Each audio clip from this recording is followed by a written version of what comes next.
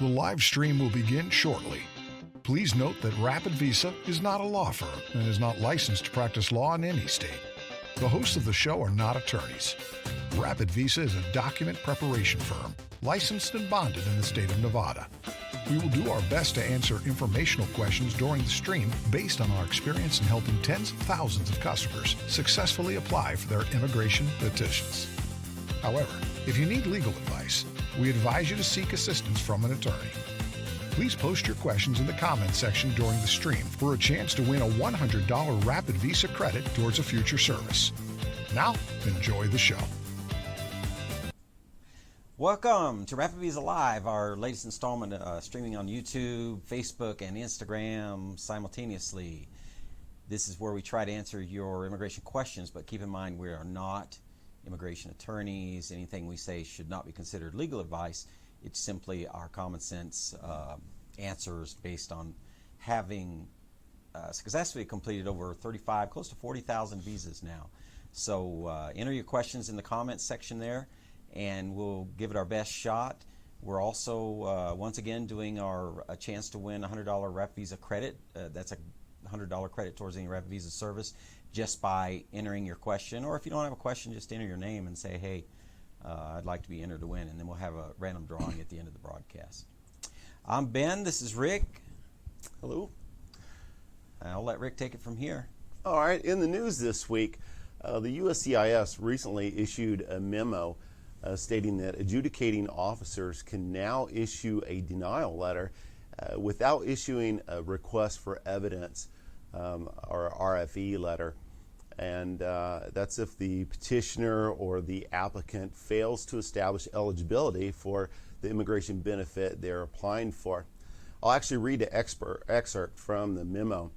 According to the memo, the policy provides guidance to the USCIS adjudicators regarding the discretion to deny a petition or request, for issuing a request for RFE or notice of denial when required initial evidence was not substantial or evidence is not recorded that fails to establish eligibility. Okay, according to the memo, the new policy will go into effect September 11th. However, we're already seeing denials come into our office without issuing an RFE. And this is going to have a huge impact and ramifications and consequences down the line because some folks are expecting to receive an RFE or possibly even get a second chance when they submit their petition or application. That's just not the case going forward. So what you want to do is try and get as much evidence and supporting documents in with your initial application or petition to ensure that you're going to get approved. Otherwise, if you get denied, this is going to cost you quite a bit of time and money because you're going to have to start the process all over again.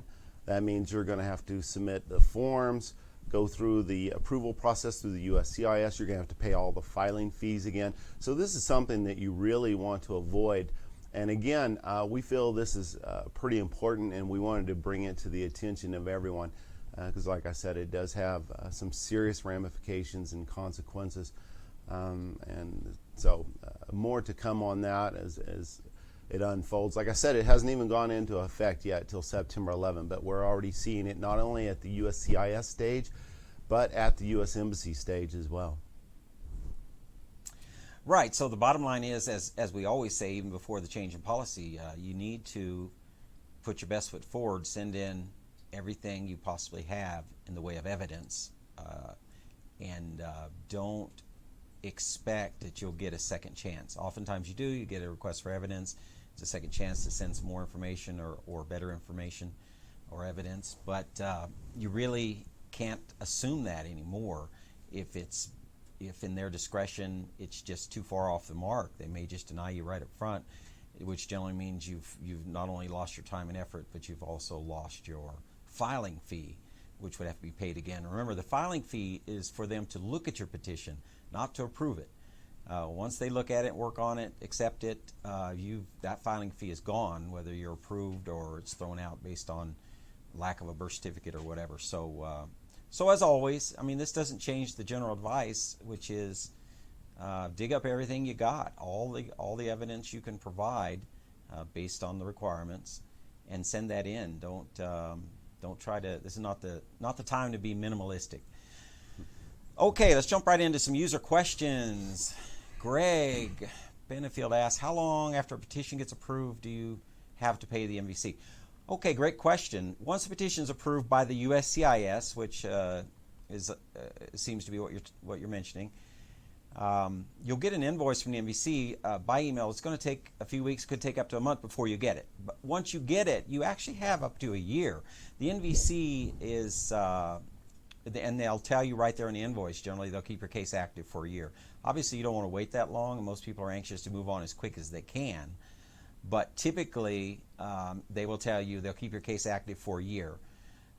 Again, I wouldn't wait anywhere near that long. I would do it as soon as you can, and also read the invoice, the letter you get very carefully, because these kind of things are subject to change at any time. But currently, they're still saying they'll keep your case active for a year. So that's the best answer I can give you to that, Greg. One thing to note, that the approval notice from the USCIS is valid for 4 months. Even though they'll keep your case open for up to 12 months, as long as you're pursuing the visa, just keep in mind if there's any discrepancies, anything wrong with your application, they can always come back and say, well, you're denied because the validity period of the approval notice has expired. We've seen cases like that as well. So as Ben stated, you don't want to sit on these things. You want to move forward. Okay, Leah Adams asks, what are the most common reasons for denials or to get denied? Well, there's quite a few reasons why a petition could be denied. You don't really state whether it's a fiance visa or a spousal visa, and most people don't know this, but there are different reasons for denials for the fiance visa as opposed to the spousal visa, or even adjustment of status in the green card. But probably the number one reason we're seeing right now is for finances. That's the affidavit of support. We used to see quite a few RFEs, but now we're actually seeing denials come in because they do not meet the income requirements. For a fiance visa, you have to meet 100% of the HHS poverty guideline.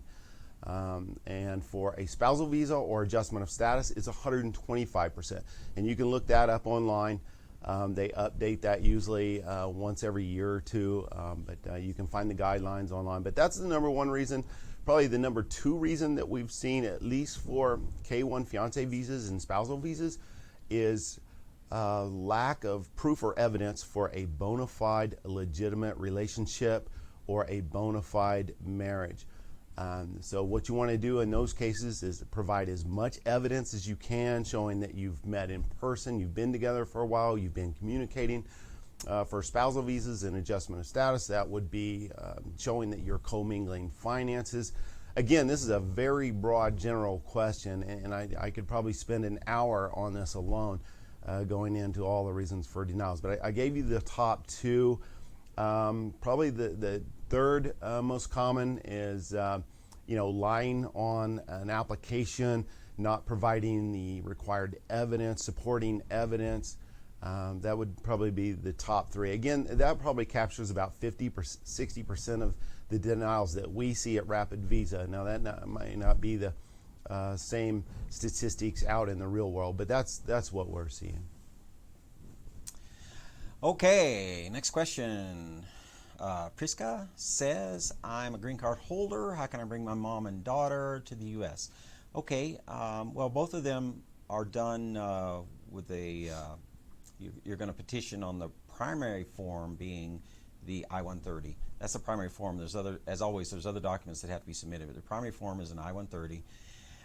But the requirements are different. For a parent, you're not going to bring your parent as a green card holder.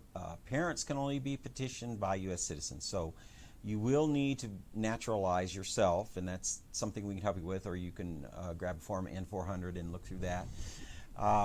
Once you are a U.S. citizen, you can then petition your parents. Now, child, you can petition anytime, even as a green card holder. So that part's pretty straightforward and very common. How long it will take, it depends on the age. For a minor child, it's going to be much, much quicker.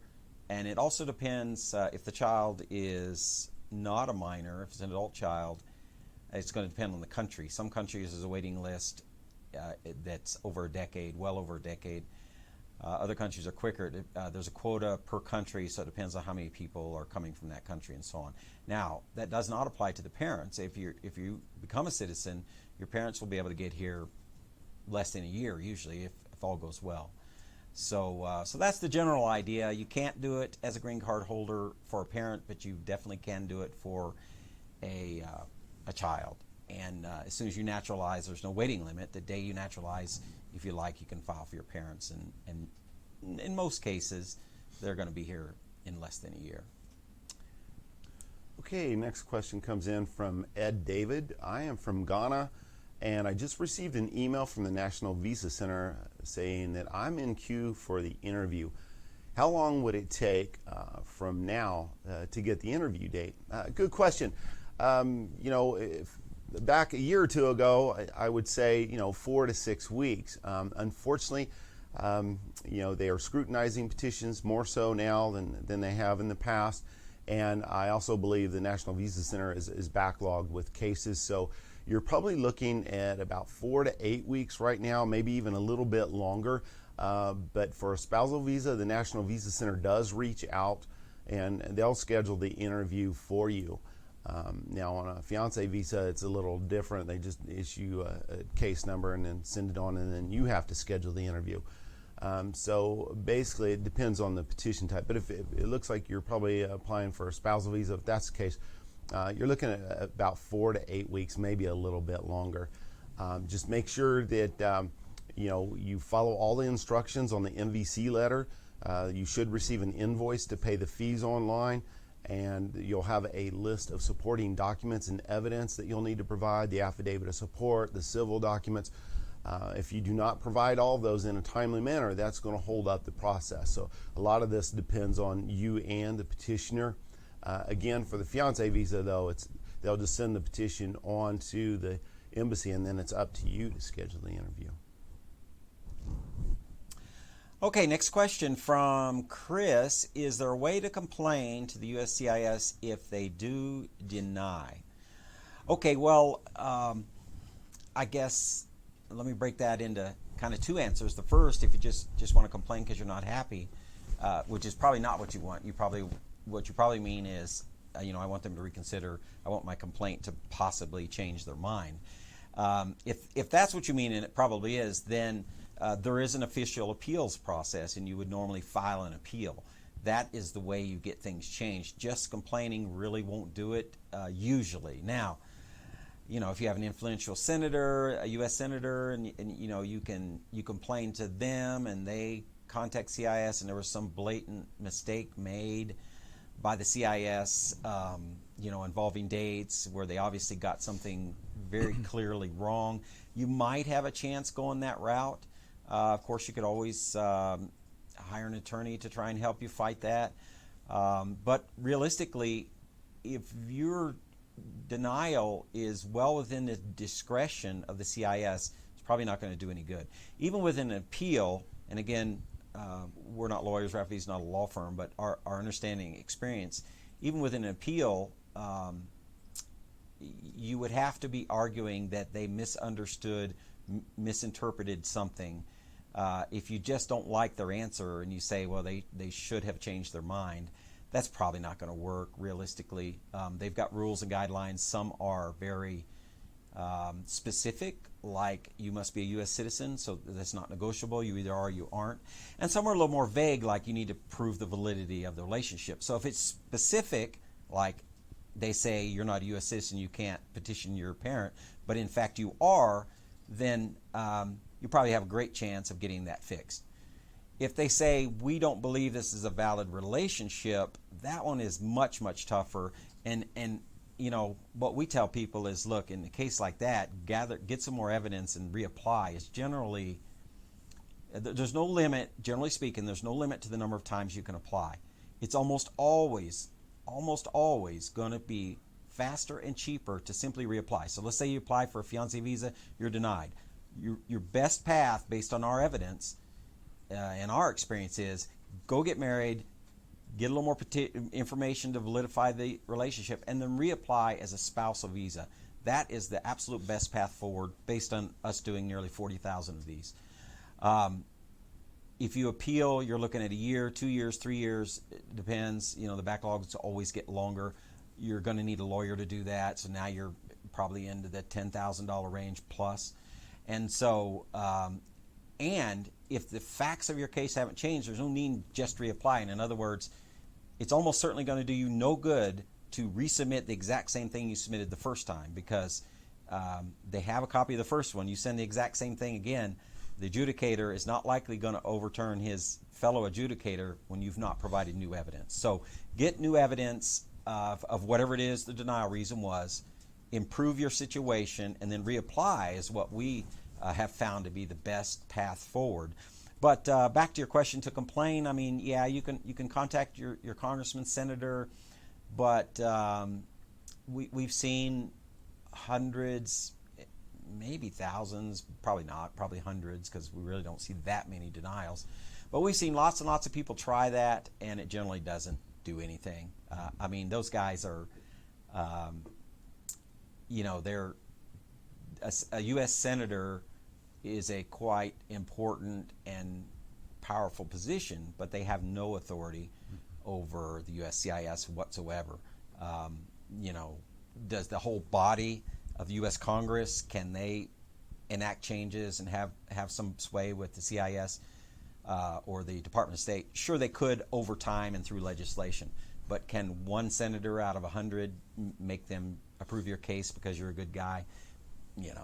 It's almost it's just not going to happen realistically, unless, like I say, it's a very factual error. Then maybe you got a shot. They said you're denied because you're not a citizen, you can't petition your mom, and you in fact were born in the United States and you'd already proven to them that, then yeah, maybe you got a shot at getting that fixed. But if it's one of the discretionary things, which it usually is, finances, proving a relationship, something like that,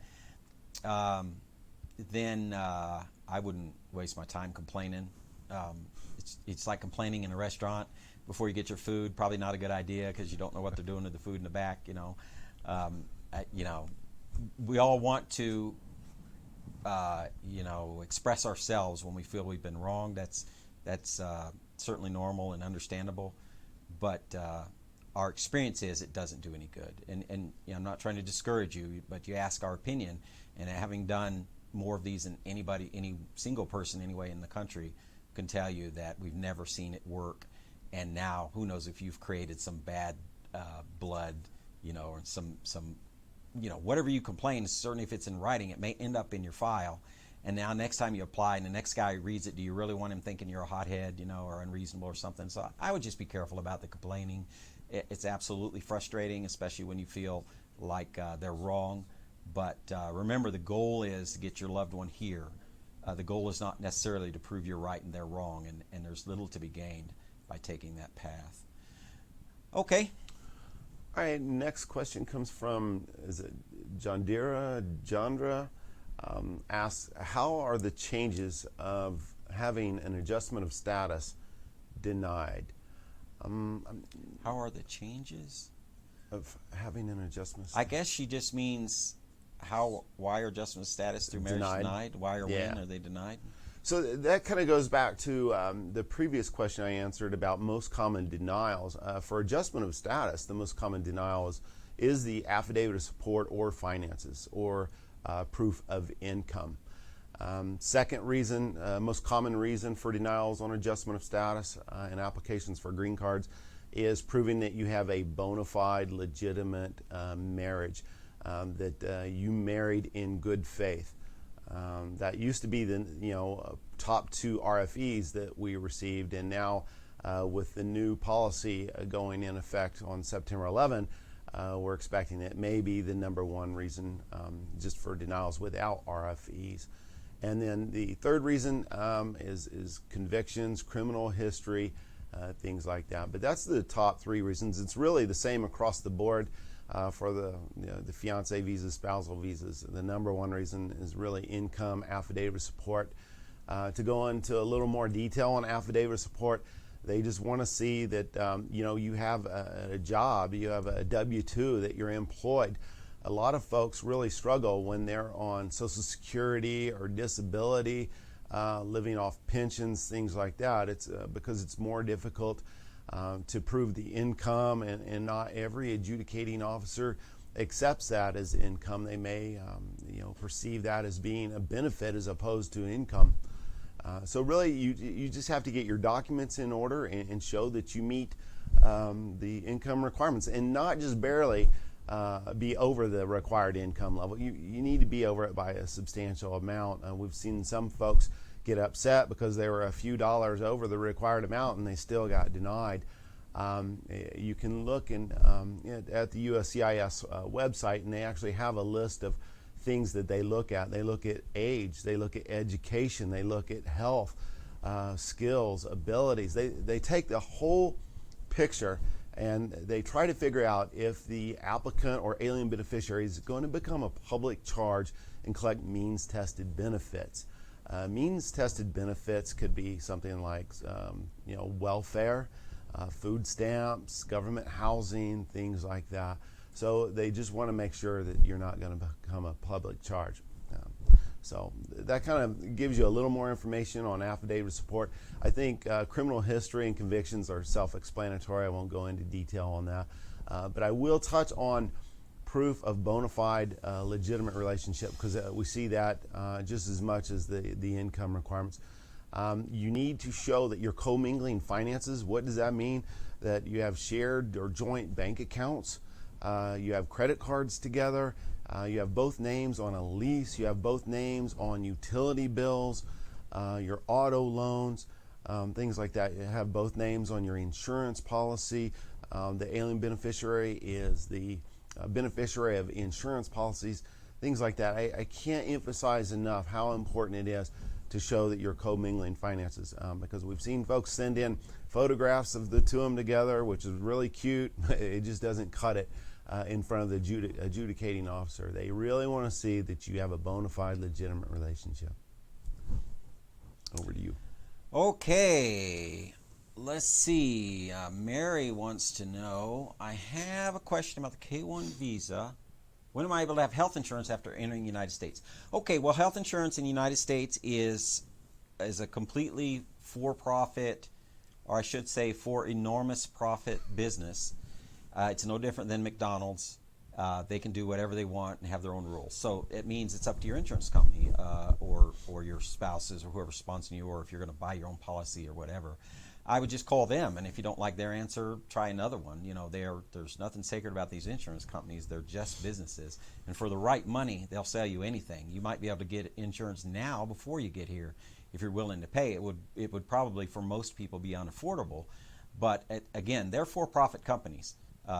They are highly regulated. I'm not saying they can do anything and everything they want, but they can sell a policy to pretty much anybody for any reason. So check with your insurance and see. Now, if you're speaking of government benefits, you're not. I mean, if you come here and get on Medicare, you may have trouble because whoever's sponsoring you has to sign an affidavit of support, and they would be liable to pay that back. Technically speaking, how often that happens, who knows? But you definitely don't want to get here and start doing something like that. But for commercial insurance, yeah, it's they're just private companies outside of some regulations. Of course, they do what they want. So call them up, check with your sponsor's insurance. If your plan is to get on your sponsors, they may have a open enrollment period.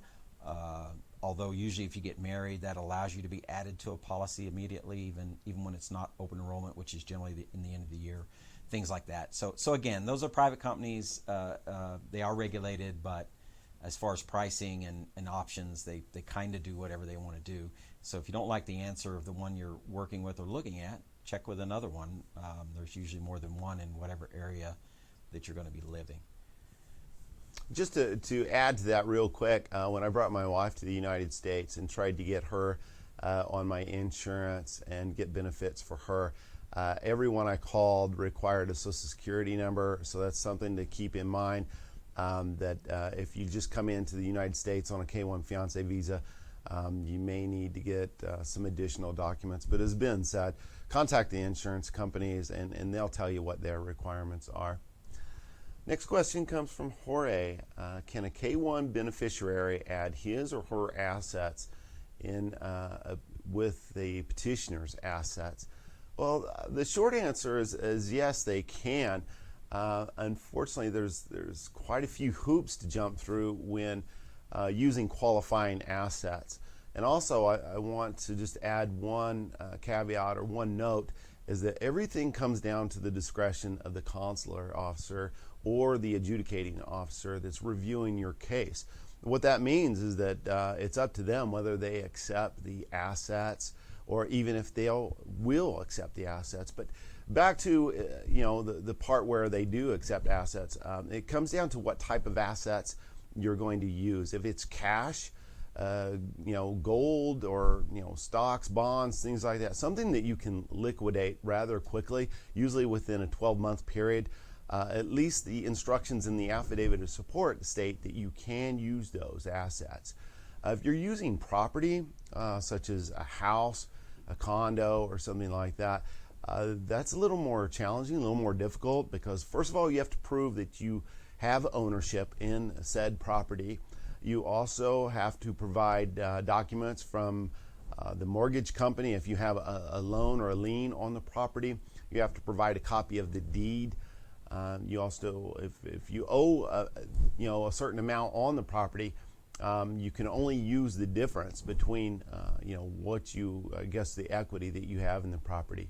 But I can tell you from experience, we've processed quite a few of these, and many consular officers out there, many adjudicating officers at USCIS do not always accept these assets. And also keep in mind, you have to have a third party an assessment of the property. They have to appraise it.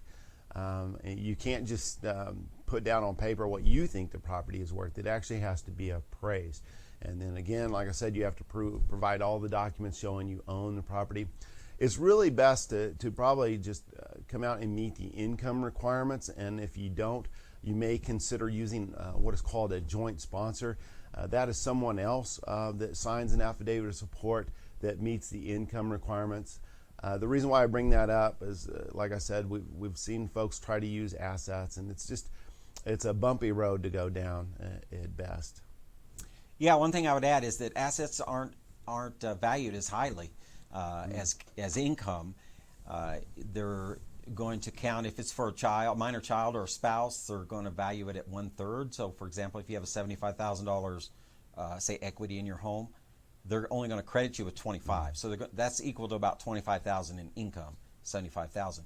If it's for a parent or somebody else, a sibling, it's even worse. It's 1/5 of the value. So that same $75,000 asset is only worth $15,000 towards the meeting the threshold. So assets are tricky, as Rick says. It's always best to get a joint sponsor if that's possible. Now, we have had people use assets, but the assets that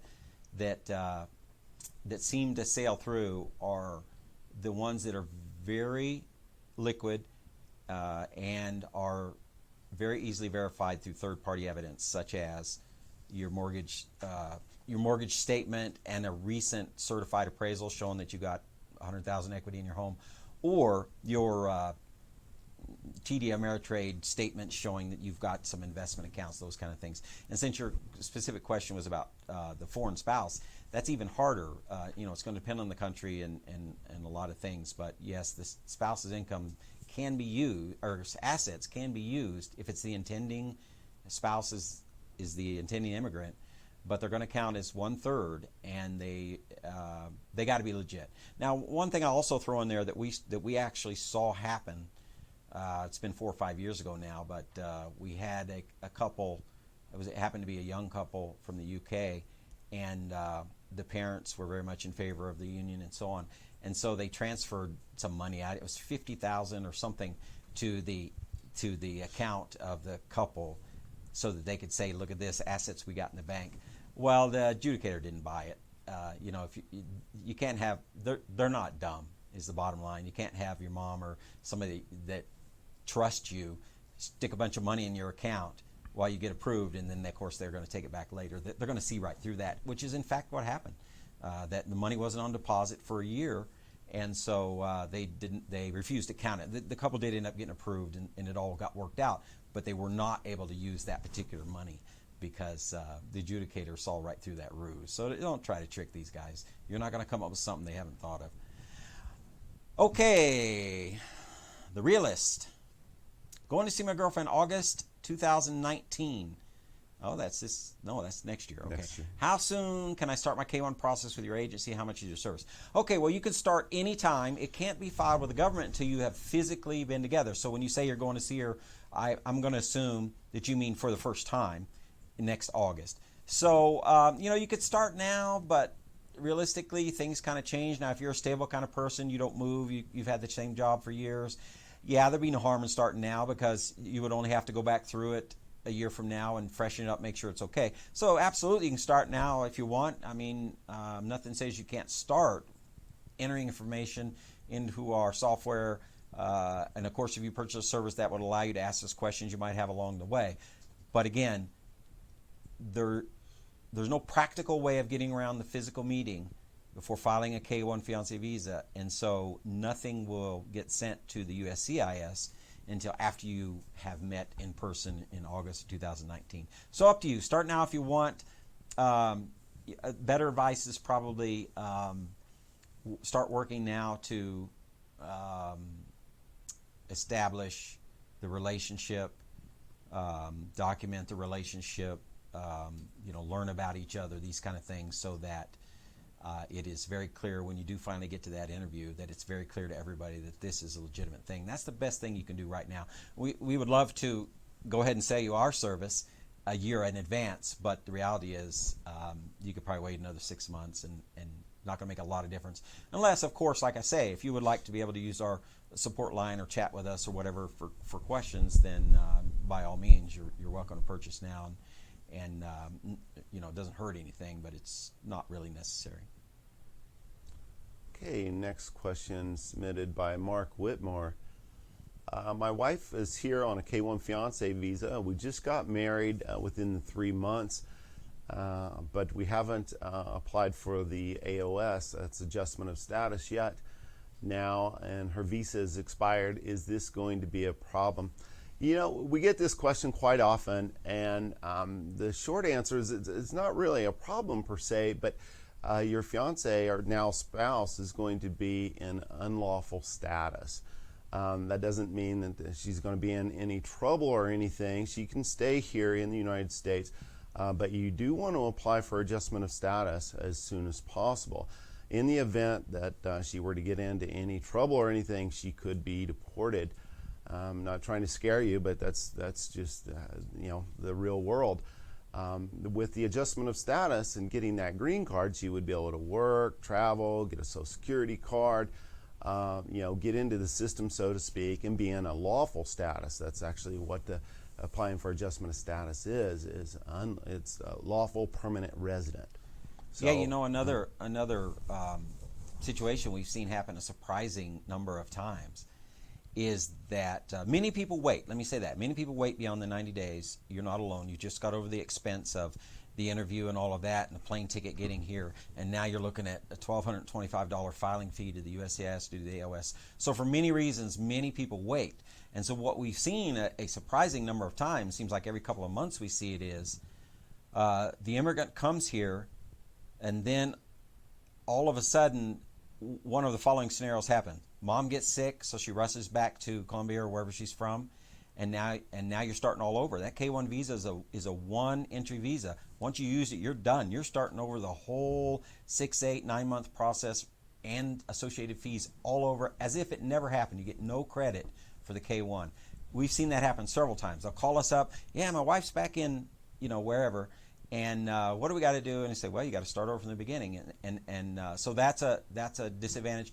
The other thing we've seen happen, as life happens, and most of you who live in the real world can understand this, that, you bring two people from two different cultures together for the first time, no matter how long you've had this long-distance relationship, there's some adjustment. And so we've seen cases where somebody gets mad and they jump on the next plane and they go back, and then through the phone calls and all that, they make up and say, okay, sorry, it's a tough adjustment and I missed home and whatever, I want to come back. Well, now you can't come back. You're starting all over from the beginning, because that K-1, it doesn't matter if you got married, it makes no difference. You're still not coming back on that K-1. You're starting over, and the better part of a year and all that money all over again from the beginning. So, and we've seen that, again, it happens half a dozen times a year, at least. So, and the third scenario that's fairly common in that is, the gal comes, if usually it's every case that I know of when this happens, it's been a female. She comes here, leaves the child because she wants to come see what it's like, make sure everything's okay before she brings the child to the United States. But then she decides she can't stand being separated from the child, or maybe the child gets sick, and then she goes back. So for these reasons that are very real and have happened, unfortunately, to very many people that we've seen just in our business, I suggest you do it right away. I know it's tough to come up with all that money after you've just got past those expenses, but you just don't know what's going to happen. And I would recommend you not wait any longer than you absolutely have to file the AOS. Okay, let's see. That was Nadim. Friend is from Venezuela. Can she apply for the K-1? I guess he means girlfriend or fiance, but either way, can she apply for the K-1 visa in Lima, or is it better to do it from Venezuela? Well, it's certainly understandable why you might want to go somewhere else. Venezuela's, I guess, having their problems right now. But the answer is, you, generally speaking, and there's always exceptions based on, what might be going on in a country at a certain time. Generally speaking, you can only apply to an embassy in a country if you have legal status there. In other words, you can't drive across the border to go apply in Lima.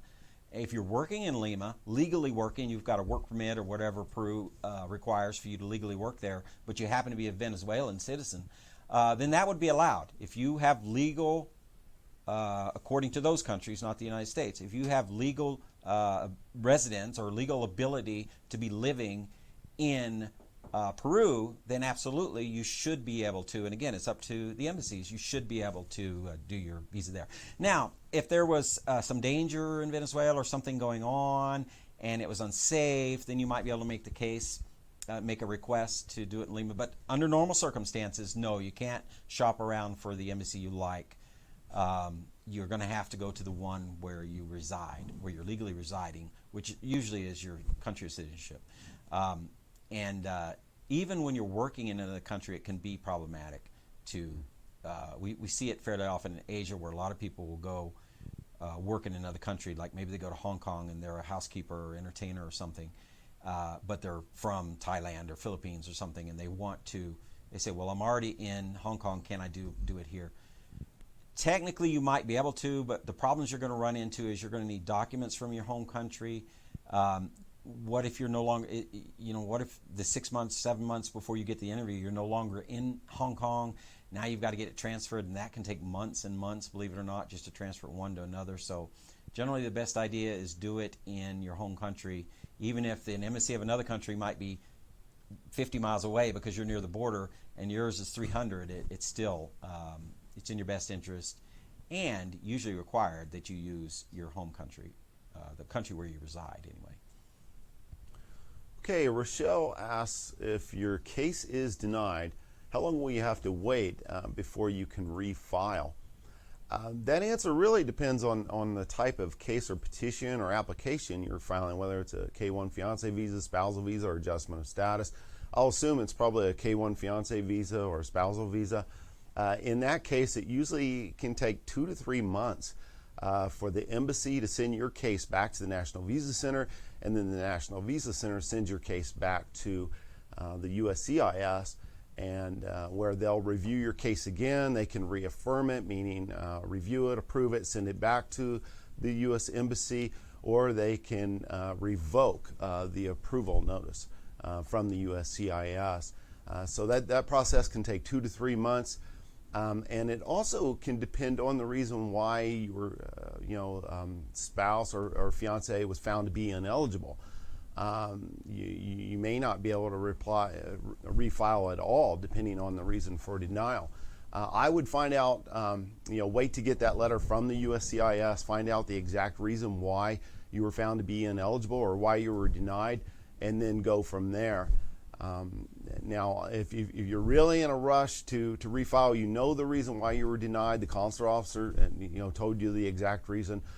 There are some cases when you can submit a letter to the USCIS requesting that they close that case. The reason why you want to close that case is that it's not recommended that you have more than one active application or petition in the system. If you do have multiple petitions in the system, it could be viewed as immigration fraud, that you're just doing anything to get to the United States and receive an immigration benefit. That could be viewed or construed as being immigration fraud. So you don't want that, but it's probably best that you just wait till you get that letter. You can also, in some cases, schedule an InfoPass meeting with your local USCIS office. Sometimes they can look into your case or file and help you out. And you can also contact your congressman or senator, submit a FOIA request on your behalf. But you're probably looking at about 2 to 3 months, short answer. Okay, Christopher is asking, hey guys, I'm a client of yours. Have you seen any speed up in the USCIS phase? And my wife finished her Dubai contract a few weeks ago and she went home to Cebu. When and how do I change her address? Okay, so as far as speed up, no. Unfortunately, we've seen the opposite happening. They seem to be, with the current political climate, things are just grindingly slow compared to in the past. They're still going through. They're still getting done. The time hasn't doubled or anything, but what you used to routinely see approvals through the CIS in 3 to 4 months, sometimes even as early as 6 weeks. Those days are gone. Now you're looking at 4 to 5 months, and of course every individual case is different, and that could vary sooner or later. But on average, we have actually seen the times go up about a month or so. So sorry to bring you that news, but we're going to shoot it to you straight here at RapidVisa. Okay, so now she changed her address. That's a stickier problem. We've discussed this before. Hopefully she selected the Philippines as the country, which would put her interview in Manila. But if she selected Dubai as the country she wanted to use for embassy, yes, now you have a problem, because if they send it to Dubai, you've got to request that it be rerouted. And they don't just ship it over to the Philippines. They send it back to the National Visa Center, and then it gets resent. And you're looking at a month at least, typically a little more than that. In other words, changing embassy, what we've seen, and again, these are only our statistics. We can't speak for the government at large. 2 to 3 months to change an embassy. It's gonna cost you. So that's a critical when you make that choice. So I without looking at your case, I don't know if you've already filed with the CIS or not. If you haven't, then obviously you need to change that embassy to the Philippines. If you have, there's not an official process or form that you can submit to change the requested embassy. All you can do is send a letter and hope that perhaps it gets intercepted in time before it reaches the NVC. Since you're asking about CIS approval, I'm assuming it's still at the CIS. So you may be able to send something and have them change it. I mean, they're not incredibly efficient at that kind of thing. I mean, as with any of us, really, the things we do every day over and over, we're very good at. The oddball things that come along, we're less efficient at. And what we've learned about the CIS and the NVC is the day-to-day stuff, they're pretty efficient at. I mean, if you want to call months efficient, some people wouldn't. Once you start throwing a monkey wrench in there, now we envision in our mind, may not be actually what happens, we envision them saying, oh, this one's a problem, let me throw this over to the side and I'll work that after lunch or after my vacation or whatever. That's probably not exactly what happens, but it seems that way. So if you put Dubai and she's not going to be there, it is going to go to Dubai unless you can get them to change it. You also just might call the CIS. They have a helpline. We have the number on our site, or you're a customer, you can chat us or call us and we can tell you.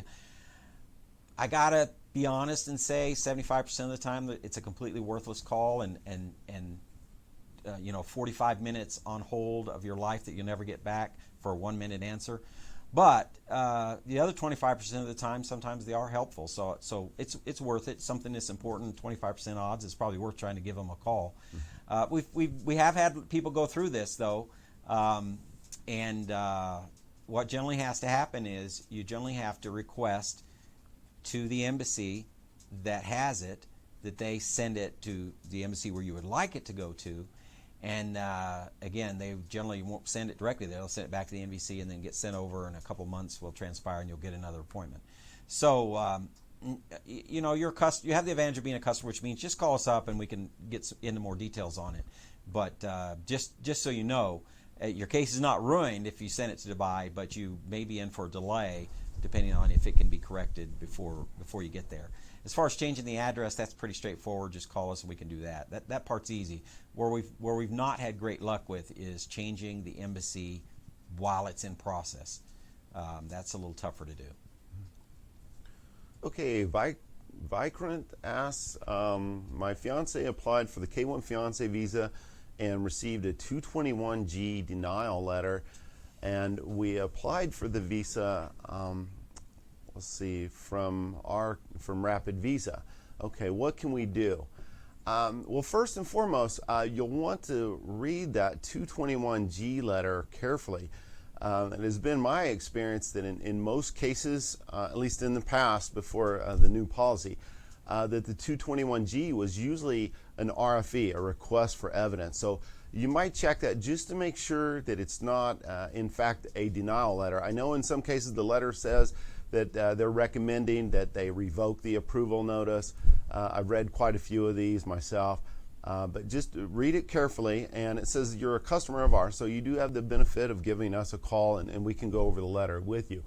But if it is in fact a denial letter without a request for evidence, what is going to happen, or what's going to transpire, is that they'll send your case back to the National Visa Center, and the National Visa Center will send it back to the USCIS, and the USCIS will review your case again. They can either reaffirm, meaning review, approve, send it back to a consular officer to complete the final adjudication and approval process, or they can flat out revoke the approval notice or deny. So what you can do in that case, if you do receive a denial, you may have the option to appeal the decision if you feel that the USCIS or the consular officer made a mistake, which I'll be honest with you is extremely difficult to prove they made a mistake. Or you can simply reapply, providing that you weren't denied for some reason that's going to cause you to get it denied again or over and over. You may also, you said fiance visa or fiance, so you may also be able to marry and apply for what is called the spousal visa, or the CR1 spousal visa. Now, again, that's starting all over again, and you would be subject to all the fees or be responsible for those. But since you are a customer, give us a call. We can review the letter with you and maybe make a decision and go from there. Okay, we got a question that's asked a whole lot of times, so just going to kind of go over it, and that is, how long is it taking for a CR1 visa? Prior to our current era, which I would describe as, the new administration, elections mean things, and you get a new administration, things change in the government. And right now, one of the hot button issues that we've seen a lot of change is immigration. And so prior to this year, we were seeing times of 6 to 7 months for a CR1 visa from the time you mailed it to the USCIS until the time that you had the visa in hand. But now that's creeped up to 7 to 10 months, depending on your situation. It can go up or down depending on the country. Obviously, there are some countries that are even banned, and so it has gone up. It's hard to give specific answers because every case is different. You're waiting in a queue of other people, so it depends on how many people are ahead of you and what's going on perhaps in that country at that moment. And there's so many variables that it's just impossible to tell you with any certainty, even a good range. I mean, the best range we can give you is within 2 months or so, which is a pretty big window when you're anxious to get on with it and you're trying to plan your life. But yes, we have seen times go up to 7 or 10 months. Can you still get it done in 6? Yeah, maybe.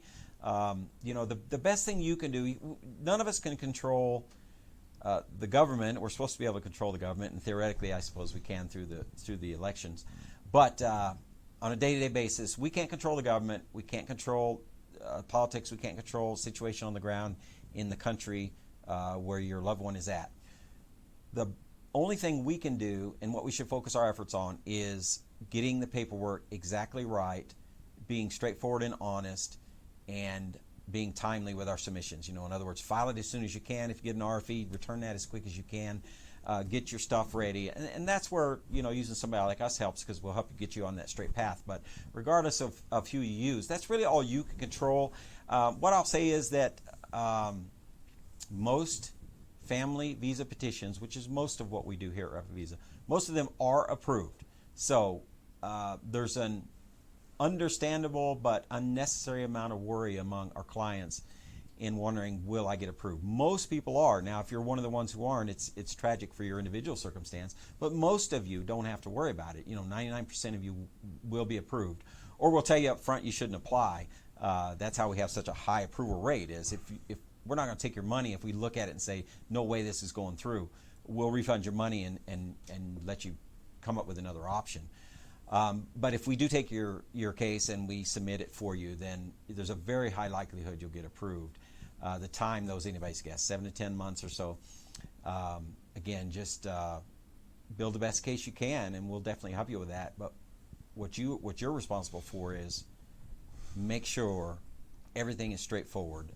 The government has seen it all. You're not going to come up with something they haven't seen. You're not going to get around the meeting requirement. You're not going to fudge your financial requirements. You're just not. You got to do it right, and you'll probably sail right through. Most people do.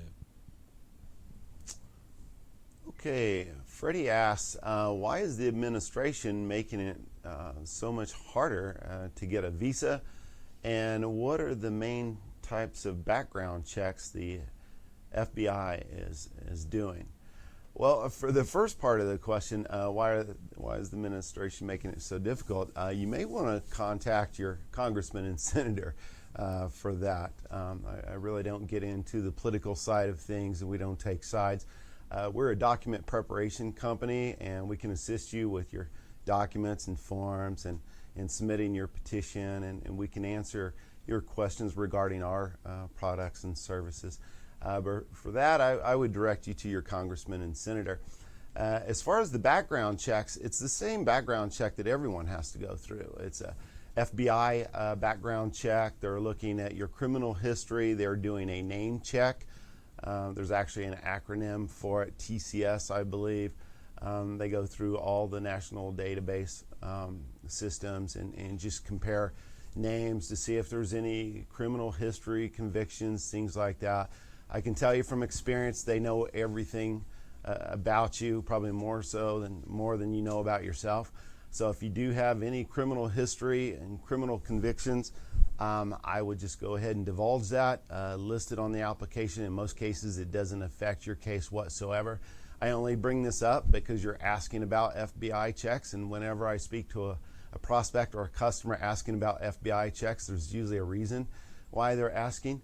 And I can tell you the background checks can take anywhere from 2 to 4 weeks. If there's any issues, any criminal history, it can take longer.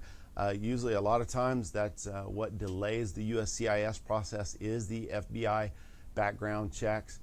And they also do a background check on both you, the U.S. citizen petitioner, and the alien beneficiary.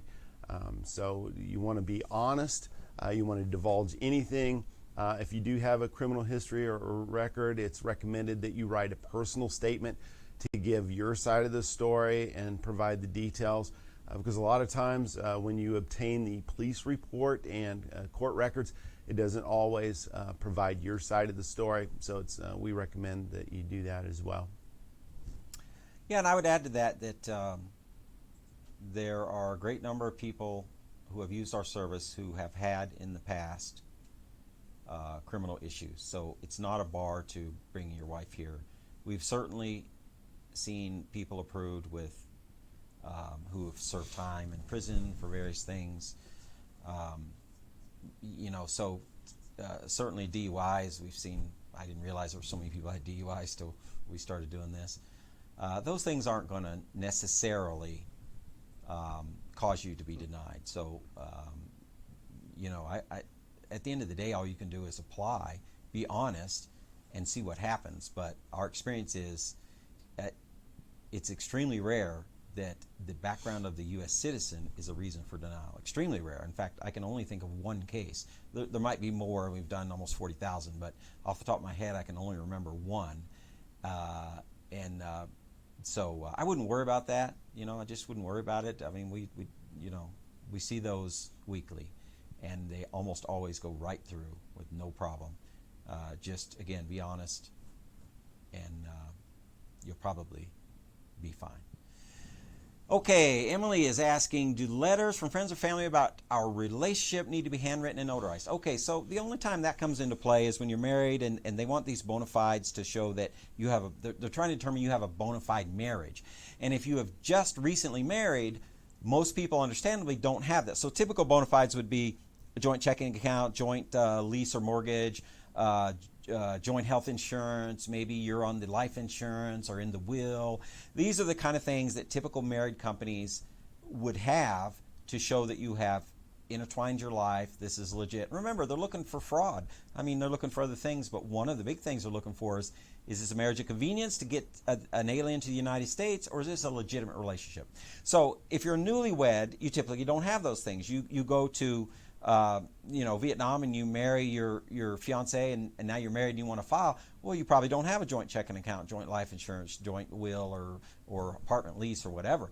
And so you're left with getting these sworn affidavits or notarized affidavits from people who will attest to the relationship. Now, those aren't official document. Those aren't on an official list of things that the government says that are always acceptable or anything like that. Those are just what we and others in the industry have found can be effective at establishing the relationship, right? So to get directly to your question now, yes, they should be notarized. Now, do they have to be handwritten? It seems like a significant number of them are handwritten, but they certainly don't need to be.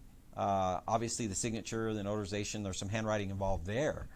And maybe it looks a little more personal, but if it's handwritten, but I can't say that it matters if it's handwritten or if it's typed up. But yes, I would definitely get them notarized. I mean, you're on a little bit of thin ice when you have nothing else. So as we always say about all evidence, give it the absolute best you can. And I think you're falling way short of the best you can when you don't go down and pay a few bucks to get a notary. Right? I mean, you're looking for a shortcut, and that's not the way to approach this process at all. You want to go beyond what's necessary, even to the extra step, to get, with all your evidence, really, to give yourself the best shot. This is not the time to read the Cliff Notes, to take the shortcut, to look for, a convenient way. This is the time where you put it all out, leave 100% out on the field, So, yes, I would definitely get it notarized. Okay, Liz asks, do I need to show money or bank savings, proof of income to apply for a tourist visa? With the tourist visa, you actually need to show that you have the means to return. You also need to show a lot of things. You need to show that you have strong ties to your country. But showing that you do have money in your bank account, you do have a savings account, and you do have the means and resources to not only come to the United States and be a tourist, but to have the money to stay here, to eat, and more importantly, the money to get back and return. You probably want to show that you have a round-trip ticket and show that you can afford the expense of coming to the United States. Whether you know it or not, most people come to the U.S. and find out it's very expensive compared to their country. So yeah, you definitely need to show that. The consular officer is going to want to see that, that maybe somebody's not paying for your trip or all the expenses. If that were the case, they may come to the conclusion that you're going to stay in the United States. You really need to prove to the consular officer that you're going to return to your country, and how you can do that is show that you have strong ties. That could be that you have a spouse, you have children, you have a good job, you have a business, you have a home, things like that. So that's on top of your checking account with cash and a savings account. then you really need to prove that you're going to come back. Yeah, that's right. The number one thing that will get you denied for the tourist visa, at least in our experience, is not being able to convince the adjudicator that you have no interest in staying in the United States. And one of the ways you do that is show that you have a good life where you're at, you're making good money, you own property, you have kids who are not coming with you, something like that. If you're flat broke and we've all been there, so I'm not being critical, but if you're flat broke and you don't have a great job and you don't really have anything going on for you in your country, and on top of that, if you're also young, it's a high likelihood you're not going to get approved, because they're going to view you as a potential economic refugee. You're going to get in the United States, you're going to find a job, go to work, and never want to go back, and that's exactly what they're trying to prevent. So there you go. Bottom line is yes, but you can't just have somebody deposit a bunch of money the week before your interview, because they've seen that trick too. That's not going to work. So good luck, and give us a call if you need a more detailed answer. Okay, Philip. So is it better to send as much evidence? How much of financial support do they require for a K-1 visa? Okay, so for a K-1, they require 100% of the poverty level, but that does go up to 125 once you get here and apply for the AOS after you get married. But having said that, best evidence, W-2s, because that's third-party evidence from your employer. It's not something you dreamed up yourself, which unfortunately is what you have to do if you're self-employed many times. The number 2, tax transcript, which is you can order for free. We got a link on our site, or just Google it. You can order it from the IRS website. Those are also third party. Whereas a tax return, you just fill that out yourself. You give them your tax return. They don't know if you actually submitted that to the government, or if you dreamed that up last night. Now, I will say that most people do just put their tax returns, and they usually are accepted. But it depends on the totality of your case. You've got rock solid W-2s, and by rock solid I mean well above the requirement, and your tax return. Well, now that's pretty solid evidence. You're probably going to be fine. Where you need, as you say, to send as much evidence as possible is when you're self-employed. Self-employed is tough. If you're self-employed, you know this already. Anytime you try to get a loan, buy a car, whatever you're trying to do, everybody looks with suspicion at self-employed people, and the reasons are justifiable. It's because you, especially if you're a very small business, like a sole proprietor, single man show, you're doing it all. You're doing your books. You're probably not using a CPA. You're probably not using an auditing service. You're handling the bank accounts. So you can kind of be imaginative, and many people are, for good or bad, quite imaginative at ways to try and avoid taxes. And many times legitimate, but you're finding ways to write things off to reduce your taxes. Now the problem is that $8,000 in income you claimed last year is not enough, and so what are you going to do? So self-employed people are in a special category, and quite often will get extra scrutiny. So if you're self-employed, you're going to need a lot. You might want to contact us and explain your situation. Maybe we can help get you in the right direction. But if you've got a regular W-2 or W-2s from a few employees or whatever, that's usually great, and you're not going to need a lot more than that. Now, if your income is short and you need assets, now we're into a whole different ballgame. Now you do need a ton of documentation. Third party, again, any evidence that comes from you, meaning something you wrote up or typed up, is almost worthless. It needs to be third party, an appraiser, an employer, IRS transcript, something like that. That's going to give you your best shot. And I'll remind you that finances are the number one reason that we, at least in our business, see for denial. So this is one thing you definitely want to get right. Okay, Verna asks, if I don't have employment or school records, what other ways can I prove 5 years residency for naturalization? Good question. We get that quite a bit. There's many different documents you can use for proof of your residency. That could include U.S. bank statements, your tax returns, proof of auto insurance, proof of medical insurance in the United States, your house payments, your mortgage payments, rent payments, your driver's license from your state, from the DMV, Department of Motor Vehicles, photographs taken in the United States, maybe in front of landmarks with time and date stamps on them, memberships to U.S. organizations. There's many different documents. That's just a short sample of those. If you don't have any of those, you can also type letters up stating why you're unable to obtain some of these documents and records. I will say that that doesn't always work, but in some cases we have seen that work because a lot of these documents may be difficult to come by. But if you've been in the United States for 5 years, you should be able to come up with at least a handful of those.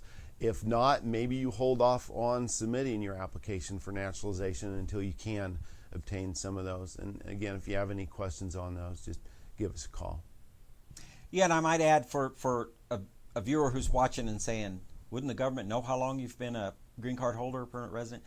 Yes, they do. They definitely know when you were issued your green card, but extended time period you spend outside the United States does not count towards naturalization. So let's say you got a travel permit and you went home to your France or whatever your country is to care for your dying mother for a year or to finish your degree or something. That time will be deducted from the 5 years. And so this is what Vern is asking, basically. Perhaps has spent some time out of the U.S. So just remember, that time. If you want to get to naturalization as quick as possible, don't spend extended time out of the country because that will be deducted. Okay, Anna Pamela is asking, do we need to bring original I-134 affidavit of support during our interview day? Well, yes, if you're a K-1 visa, that's the only one that uses the I-134, at least of the types that we do. The other types of visas are using an I-864, and that is sent to the National Visa Center generally. So, but yes, that's something you take with you along with your documentation. And once again, we're seeing increased scrutiny.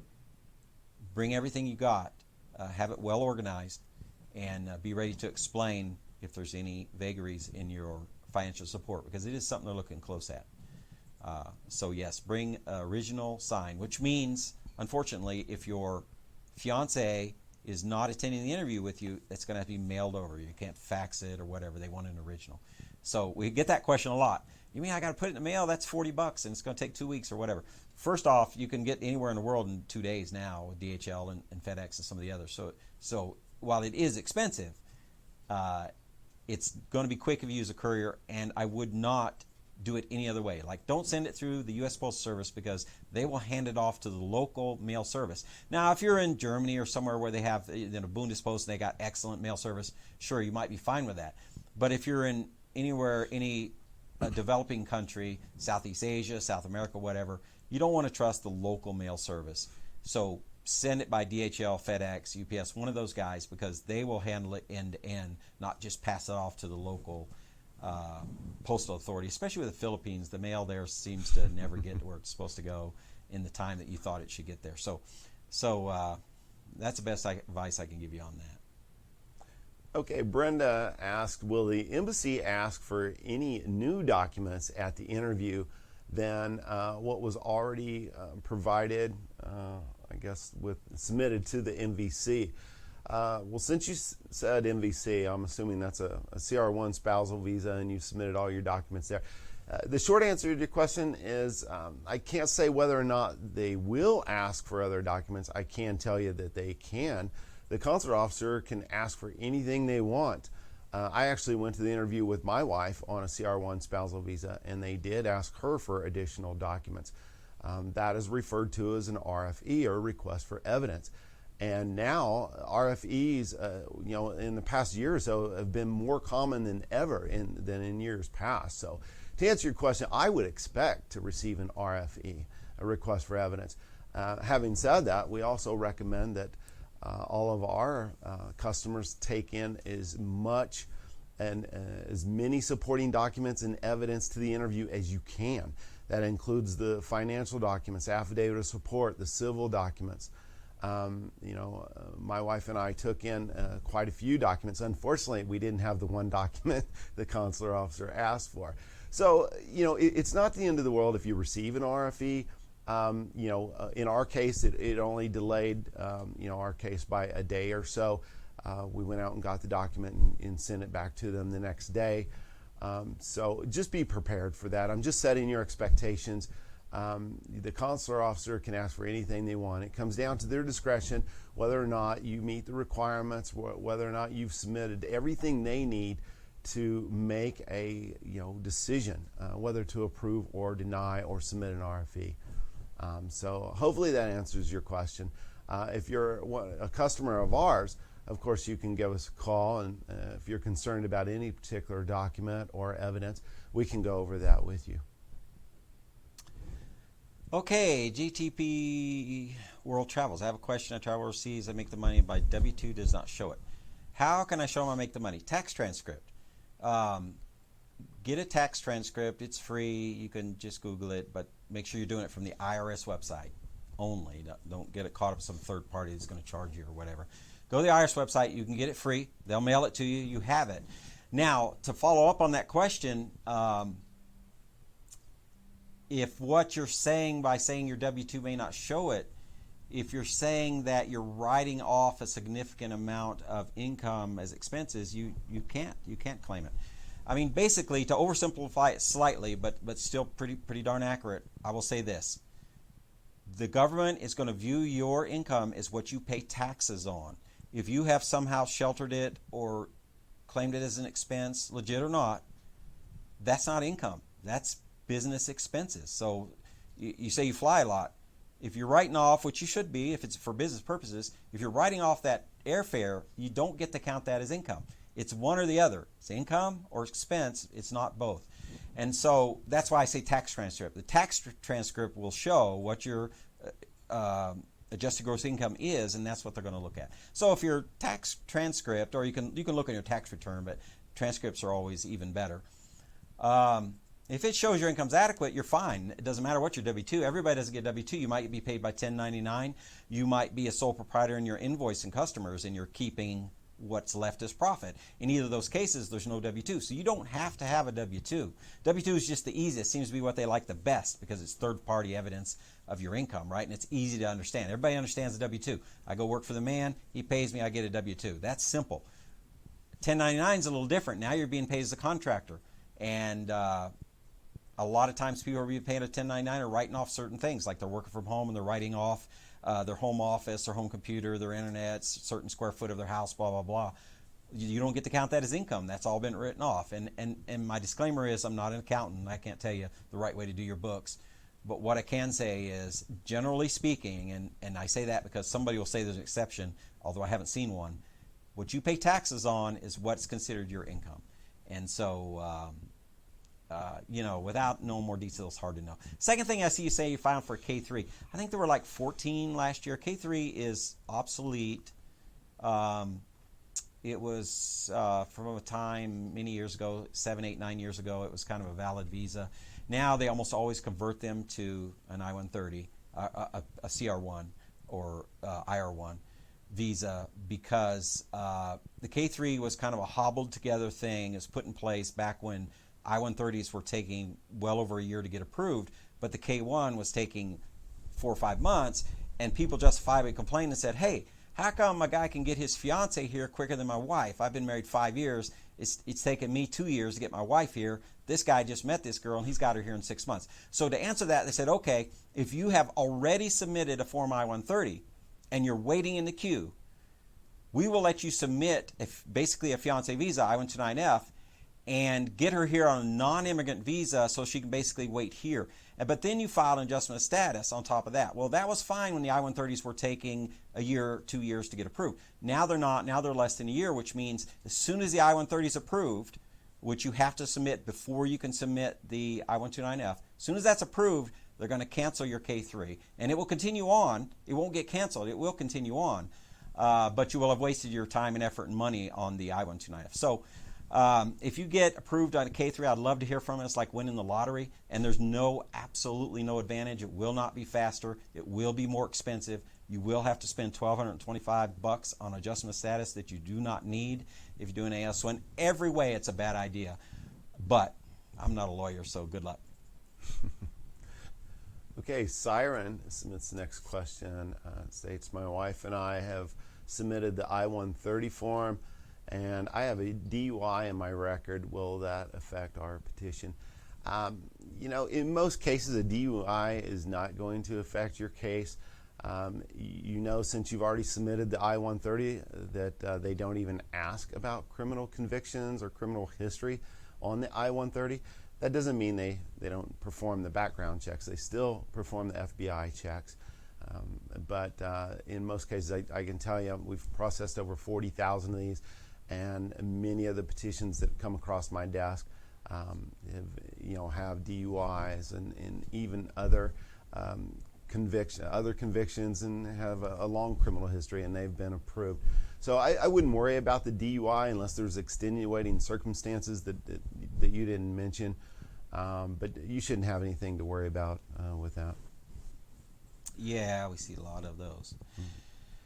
All right. So anyway, I want to thank everyone for joining us today. Be sure to subscribe to our YouTube channel to get started whenever we post new videos, or to get alerted to whenever we post videos.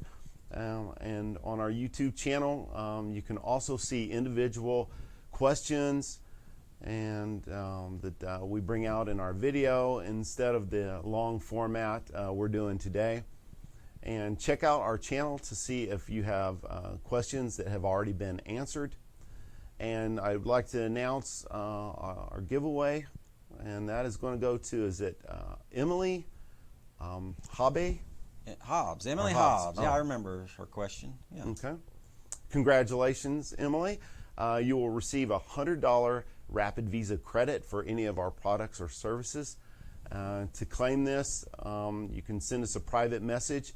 Thanks again, everyone, and we'll see you next time. Yeah, Take thanks care. for joining us here live in Las Vegas, and we look forward to seeing you again. Thank you for joining us today. We apologize if we didn't have time to answer all your questions. However, you can always contact us by phone or chat to answer your questions. We want to remind you that RapidVisa is not a law firm and is not licensed to practice law in any state.